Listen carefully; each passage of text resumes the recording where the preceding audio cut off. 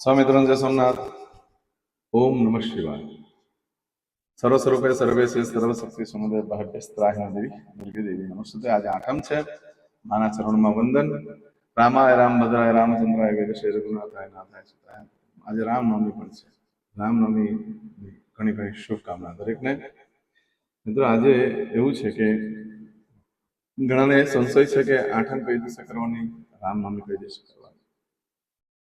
આઠમનો અપાસ આજે જ કરવો પડશે અને રામનવમીનો અપાસ પણ આજે જ કરવાનો, રામનવમીનો ઉત્સવ પણ આજે જ કરવાનો છે. આમ બે રામનવમી નામ છે, પણ નિયમ પ્રમાણે જો જોવા જઈએ તો ભગવાનનો જન્મ 12 વાગે થયો. તો આજે જે નોમ ચાલુ થાય છે 11:50, એટલે 12 વાગ્યા સુધીમાં રામનો જન્મ થઈ જશે. અને આવતીકાલે જે છે નોમ એ સવારે 10:08 પૂર્ણ થઈ જાય છે.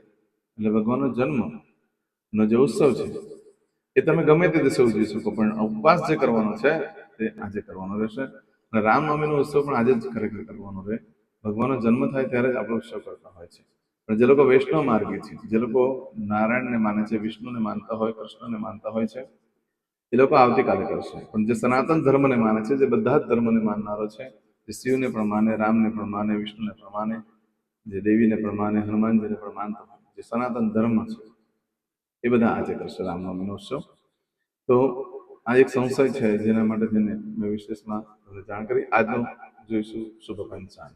આ તારીખ છે 26/3/2026 ને ગુરુવાર.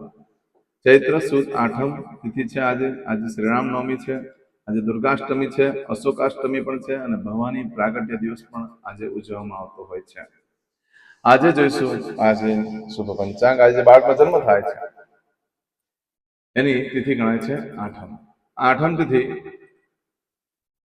આજે સવારે 11:50 પૂર્ણ થઈ જાય છે, અને ત્યાર પછી જે બાળકનો જન્મ થાય એની નોમ તિથિ ગણાશે. આજે જે બાળકનો જન્મ થાય છે નક્ષત્ર ગણાય છે આદ્રા. આદ્રા નક્ષત્ર આજે સાંજે 4:20 પૂર્ણ થઈ જાય છે, અને ત્યાર પછી જે બાળકનો જન્મ થાય પુનર્વસુ નક્ષત્ર ગણાશે. આ પુનર્વસુ નક્ષત્ર ઘણું શુભ છે. આદ્રા નક્ષત્રમાં જન્મ હોય તેની ચોક્કસ પ્રમાણે પૂજા વિધિ કરી લો, કે આદ્રા નક્ષત્રમાં જન્મનાર બાળકને જીવનમાં ખૂબ સંઘર્ષ કરવો પડતો હોય છે. આજે જે બાળકનો જન્મ થાય છે એનો યોગ ગણાય છે શુભાન. શુભાન યોગ આજે મળસ્કે 3:10 શરૂ થઈ આવતીકાલે મળસ્કે 32 પૂર્ણ થઈ જશે. આજે જે બાળકનો જન્મ થાય છે એનું કરણ ગણાય છે બહુ. બહુ કરણ આજે સવારે 11:50 પૂર્ણ થઈ જાય, અને ત્યાર પછી બાળકનો જન્મ થાય એનું બાલવ કરણ ગણાય છે. આજે જે બાળકનો જન્મ થાય છે એની રાશિ ગણાય છે મિથુન. મિથુન રાશિનો અક્ષર આવે છે ક છે. કોઈ મિથુન રાશિનો સ્વામી બુધ ગણાય છે. આજે આખા દિવસમાં કોઈ પણ બાળકનો જન્મ એની રાશિ મિથુન ગણાશે. આ મિથુન રાશિ 27 તારીખે સવારે 9:37 પૂર્ણ થાય છે. એટલે ત્યાં સુધી જે બાળકોના જન્મ થાય બધાની રાશિ મિથુન ગણાશે. આ રાશિ તિથિ વાર નક્ષત્ર યોગ કર્મમાં જેનો જન્મ છે તેની ચોક્કસ પ્રમાણે પૂજા વિધિ કરો, જીવન સરળ બની જશે. આજે જે કે મારા સબસ્ક્રાઇબ મિત્ર, અમારા ઘર પરિવારમાંથી કોઈ પણ સદસ્યની વર્ષગાંઠ છે, મેરેજ એનિવર્સરી છે, બધાને મારી ઘણી ઘણી શુભકામના. તમારા જીવનમાં ખૂબ પ્રગતિ થાય. ભગવાન શંકર તમારી બધી મનોકામના પૂર્ણ કરી. હું સોમનાથ દાદાને પ્રાર્થના કરું છું આજના દિવસે સવારમાં ઉઠી આજનો શુકન કરેલો આખું વર્ષ તમારું સુંદરથી વ્યતીત થશે. આજના દિવસે જે કે મારા સબસ્ક્રાઇબ મિત્રો, જે મારા ઘર પરિવારમાંથી કોઈ પણ સદસ્ય કોઈ જગ્યા પર આજે ઇન્ટરવ્યુ આપવા જઈ રહ્યા છે, કોઈ નોકરી ધંધા માટે જઈ રહ્યું છે, આજે કોઈને યાત્રા પ્રવાસ માટે જઈ રહ્યું છે, આજે કોઈ પરીક્ષા આપવા જઈ રહ્યું છે, કોઈનું ઓપરેશન હોય, કોઈની ડિલિવરી, કોઈની સગાઈ, કોઈની છઠ્ઠીની પૂજા, આવા કોઈ પણ કાર્ય તમે કરવા જઈ રહ્યા હોય તો એ કાર્યમાં તમને દિવ્ય સફળતા પ્રાપ્ત થાય હું સોમનાથ દાદાને પ્રાર્થના કરું છું. પરંતુ મિત્રો આજના દિવસે ઘરેથી નીકળો છો ત્યારે ગુરુને વંદન કરીને નીકળો. કોઈ ગુરુ ન હોય તો સર્વપ્રથમ કોણ છે? માતા પિતા આપણા ગુરુ છે. માતા પિતાને વંદન કરો, દેવસ્થાનમાં પગે લાગો, ભગવાનને કહેવાનું કે મારા કાર્યમાં મારી સાથે છે. આજે બ્રાહ્મણને ભોજન કરાવવાનું બહુ જ મહત્વ છે. પણ આજે મોટે ભાગે બધા બ્રાહ્મણો આઠમની તિથિનો ઉપવાસ કરતા હોય છે, રામનવમીનો ઉપવાસ કરતા હોય છે. માટે એ લોકોને અન્નદાન કરી દો. ઉપવાસ પત્યા પછી લોકો અન્ન ગ્રહણ કરશે તેનું વિશેષ ફળ પ્રાપ્ત થશે. આજના દિવસે કોઈ પણ કાર્ય કરવા માંગો છો તેના માટે એક ચોક્કસ શુભ સમય છે તે આપણે જોઈ લઈએ. આજે સવારે 6 થી 7:30 વાગ્યા સુધીનો સમય શુભ રહેશે. સવારે 10:30 થી બપોરે 3 વાગ્યા સુધીનો સમય શુભ રહેશે. સાંજે 6 થી રાત્રે 9 વાગ્યા સુધીનો સમય શુભ રહેશે. રાત્રે 12 થી આવતીકાલે મળસ્કે 1:30 સુધીનો સમય શુભ રહેશે. આવતીકાલે મળસ્કે 3 થી સવારે 6 વાગ્યા સુધીનો સમય શુભ રહેશે. આ સમયગાળા દરમિયાન તમે કોઈ પણ કાર્ય કરો છો તે કાર્યમાં દિવ્ય સફળતા પ્રાપ્ત થઈ શકે છે. પરંતુ મિત્રો આજના દિવસે આઠમ પણ છે, નોમ પણ છે, શુભ દિવસ છે આજે. પણ શુભ કાર્ય કરવા માટે, ધાર્મિક કાર્ય કરવા માટે ઉત્તમ દિવસ છે. આમ આજના દિવસે તમારી કોઈ વસ્તુ ચોરાઈ જાય છે, ખોવાઈ જાય છે, કે નવો ધંધો વેપાર કઈ ચાલુ કરો છો આજના દિવસે, તેનું શું ફળ મળે તે આપણે જોઈ લઈએ. આજે સાંજે 4:20 સુધીમાં જો તમારી કોઈ વસ્તુ ચોરાઈ ગઈ કે ખોવાઈ ગઈ તો મળવાની શક્યતા બિલકુલ ઓછી છે. અને આ સમયગાળા દરમિયાન બને ત્યાં સુધી નવો ધંધો ચાલુ કરશો, નવો વેપાર કરશો, નવી ખરીદી કરશો. આજે જે નક્ષત્ર છે, આજે જે યોગ છે, એના હિસાબે જે આપણે કાર્ય કરીએ એનું સુખ લાંબો સમય સુધી ટકતું નથી ને દુઃખ આવે છે, ગરીબી આવે છે. માટે આજે તો ફક્ત કોઈ કાર્ય કરવું હોય તો પાપના નિવારણ માટે થઈને કાર્ય કરો, જેમાં સારી સફળતા પ્રાપ્ત થઈ શકે છે. આજના દિવસે નવ વસ્ત્ર પણ ધારણ ન કરશો, ન તો ઉઘરાણી વાળા તમારા ઘર આવીને ઉભા રહી જશે, દેવાદાર થઈ જશો. શેર સટ્ટાનું કામ કરતા હોય ભૂલમાં પણ ન કરશો આજે નવ વસ્ત્ર, ન તો તકલીફમાં આવી જશો. આજે સાંજે 4:20 સુધીમાં આવું ફળ પ્રાપ્ત થાય. પણ આજે 4:20 થી લઈ આવતીકાલે બપોરે 3:25 સુધીનો જે સમય છે, એમાં તમે કોઈ કાર્ય કરો છો, એમાં તમારી કોઈ વસ્તુ ચોરાઈ જાય છે કે ખોવાઈ જાય છે, તેનું શું પરિણામ આવે તે આપણે જોઈ લઈએ. આ સમયગાળા દરમિયાન તમે કોઈ પણ કાર્ય કરો છો તો કોઈક વસ્તુ ખોવાઈ જાય છે તો 7 દિવસમાં મળે, બાકી શક્યતા ઓછી છે. પરંતુ મિત્રો, આજના દિવસે દિવસ અશુભ માનવામાં આવશે ખરીદી વેચાણ કરવા માટે થઈને બપોરે 11:50 થશે. એટલે 11:50 તમે પછીનો જે સમય છે બહુ કોઈ કાર્ય કરવા માટે યોગ્ય દિવસ નથી આમ તો ખરીદી વગેરે કરવા માટે, પરંતુ ખાલી પૂજા પાઠ થઈ શકે છે. સુખ સમૃદ્ધિમાં વધારો થાય તો પછીના કામ કરું છું, પણ એમાં સુખ નહીં મળે એટલું સારું લાંબો સમય સુધી. અને હા, નવા વસ્ત્ર ધારણ કરશો તો અડચણો મુશ્કેલીઓનું નિવારણ થઈ જશે. તમારા જીવનમાં જે તકલીફો છે એ દૂર થઈ શકે છે. નવા વસ્ત્ર ધારણ કરવું આ સમયગાળા દરમિયાન શુભ ફળ પ્રાપ્ત કરાવશે. એકાદ ધર્મક્ષેત્રની જાત્રા પણ થઈ શકે છે. નવા વસ્ત્ર ધારણ કરવાથી ધાર્મિક સ્થળની મુલાકાત પણ થઈ શકે છે. જે લોકોના લગ્ન ન થતા હોય ભાઈઓ બહેનો, એ લોકો આજે નવું વસ્ત્ર, કોરું વસ્ત્ર ઓઢી લે છે, તો એનાથી પણ એ લોકોને જલ્દી મેરેજની વાત આવી શકે છે. આવું બધું જે ફળ છે એ આજે સાંજે 4:20 થી લઈ આવતીકાલે બપોરે 3:25 સુધીમાં મળે. આજે કરશો આજનો સંકલ્પ, ચમચીમાં પાણી લઈ લો. આજે ભગવાનની ઉપાસના આરાધના ચોક્કસ કરજો. અને જય શ્રી રામ અને જય માતાજી ચોક્કસ મને યુટ્યુબ ઉપર લખીને મોકલાવજો. ભગવાનને તમારા માટે પ્રાર્થના કરીશ, તમારા દરેક કાર્ય સિદ્ધ થાય. અને તમે જે ભગવાનની ઉપાસના કરતા હોય તેનું પણ લખીને મોકલી આપજો. એમને પણ પ્રાર્થના કરી દઈશું. ચમચીમાં પાણી લીધું. અદ્યતન માસોત્તમ પરમ પવિત્ર ચૈત્ર માસે શુક્લ પક્ષ અષ્ટમ્યાયામ અંતર્ગત નવમ્યાયામ બૃહસ્પતિવાસરયામ. હવે દરેક જણા પોતાનું સાચું નામ બોલી દો. તમારું ગોત્ર ખબર હોય તો ગોત્ર બોલી દેવાનું. પછી બોલવાનું છે અહમ, મમ, આત્મન, શ્રુતિ, સ્મૃતિ, પુરાણોક્ત, પુણ્ય, ફલ, પ્રાપ્તિ, અર્થમ, અપ્રાપ્ત, લક્ષ્મી, પ્રાપ્તિ, અર્થમ, પ્રાપ્ત, લક્ષ્મી, ચિરકાલ, સૌ, રક્ષણાત્મક, લોકેવા, સભાયામ, રાજદ્વારે, વ્યાપારે, વિદ્યા અભ્યાસે, દેશે, વિદેશે, સર્વત્ર, યશ, કીર્તિ, વિજય, લાભાદિ, પ્રાપ્તિ, અર્થમ, મમ, અખિલ, કુટુંબસ્ય, આયુ, આરોગ્ય, ऐश्वर्यादि, प्राप्ति, अर्थम, मम, जन्म,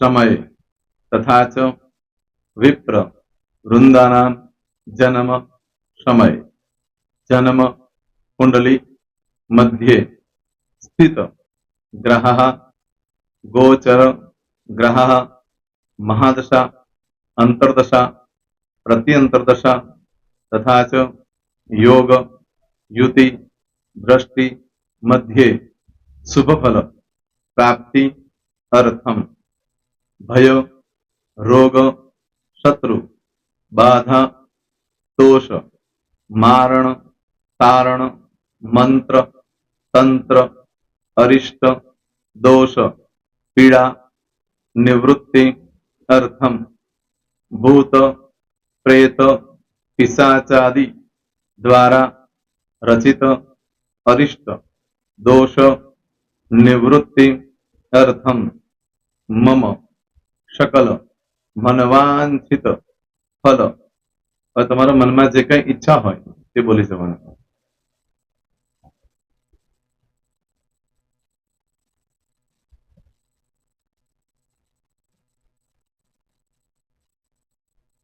બોલવાનું અનુસાર્થ સકલ મનવાંછિત ફલ પ્રાપ્તિ અર્થમ.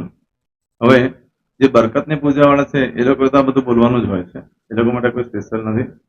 પણ જે લોકોએ હવે જે કહું છું તે લોકોએ જ બોલવાનું, જેના લગ્ન થઈ ગયા હોય એ લોકોએ બોલવાનું છે. મમ દાંપત્ય જીવન મધ્યે સુખાકારી પ્રાપ્તિ અર્થમ પુત્ર પૌત્રાદિ સંતતિ પ્રાપ્તિ અર્થમ. આ સંતાન પ્રાપ્તિ વાળા માટે પણ આવી જાય છે એમાં. દીર્ઘ આયુ આરોગ્ય ઐશ્વર્યાદિ પ્રાપ્તિ અર્થમ. તથા ચ, હવે જેના લગ્ન નથી થયા તે લોકોએ બોલવાનું. મમ જટટી વિવાહ યોગ પ્રાપ્તિ અર્થમ વિવાહ પશ્ચાત દાંપત્ય જીવન મધ્યે સુખાકારી પ્રાપ્તિ અર્થમ. હવે જે લોકોને સંતાન પ્રાપ્તિ નથી, જે લોકોને સંતાન પ્રાપ્તિ છે કરવી છે એ લોકોએ બોલવાનું. મમ દાંપત્ય જીવન મધ્યે સુખાકારી પ્રાપ્તિ અર્થમ તથા ચ દીર્ઘ આયુ આરોગ્ય ઐશ્વર્યાદિ સમન્વિત સંતતિ સુખ પ્રાપ્તિ અર્થમ. હવે જે અભ્યાસ કરી રહ્યા છો છોકરા વિદ્યાર્થીઓ છે તે લોકોએ બોલવાનું છે. મમ વિદ્યા અભ્યાસ મધ્યે ઉત્તરો ઉત્તર પ્રગતિ ઉન્નતિ સાનુકૂલતા પૂર્વક દિવ્ય સફળતા પ્રાપ્તિ અર્થમ. હવે જે લોકો વિદેશમાં જવા માંગતા હોય કે સીટમાં જવા માંગતા હોય, મતલબ ભારત દેશની બહાર જઈને ધંધો વેપાર કરવા માંગતા હોય એ લોકોએ, અથવા વિદેશ જવા માંગતા હોય કાયમ માટે, એ લોકોએ બોલવાનું છે. મમ જટટી વિદેશ ગમન યોગ પ્રાપ્તિ અર્થમ વિદેશ ગમન કાર્ય મધ્યે સાનુકૂલતા પૂર્વક દિવ્ય સફળતા પ્રાપ્તિ અર્થમ. આરોગ્ય વાળા બોલવાનું છે, જેને આરોગ્યની પૂજા આપેલી હોય એ લોકોએ. એમ તો દરેક જણા જ બોલવાનું. બોલો મમ આયુ આરોગ્ય ઐશ્વર્યાદિ પ્રાપ્તિ અર્થમ.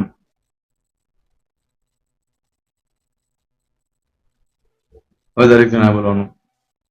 સકલ મનવાંછિત ફલ પ્રાપ્તિ અર્થમ અદ્ય દિને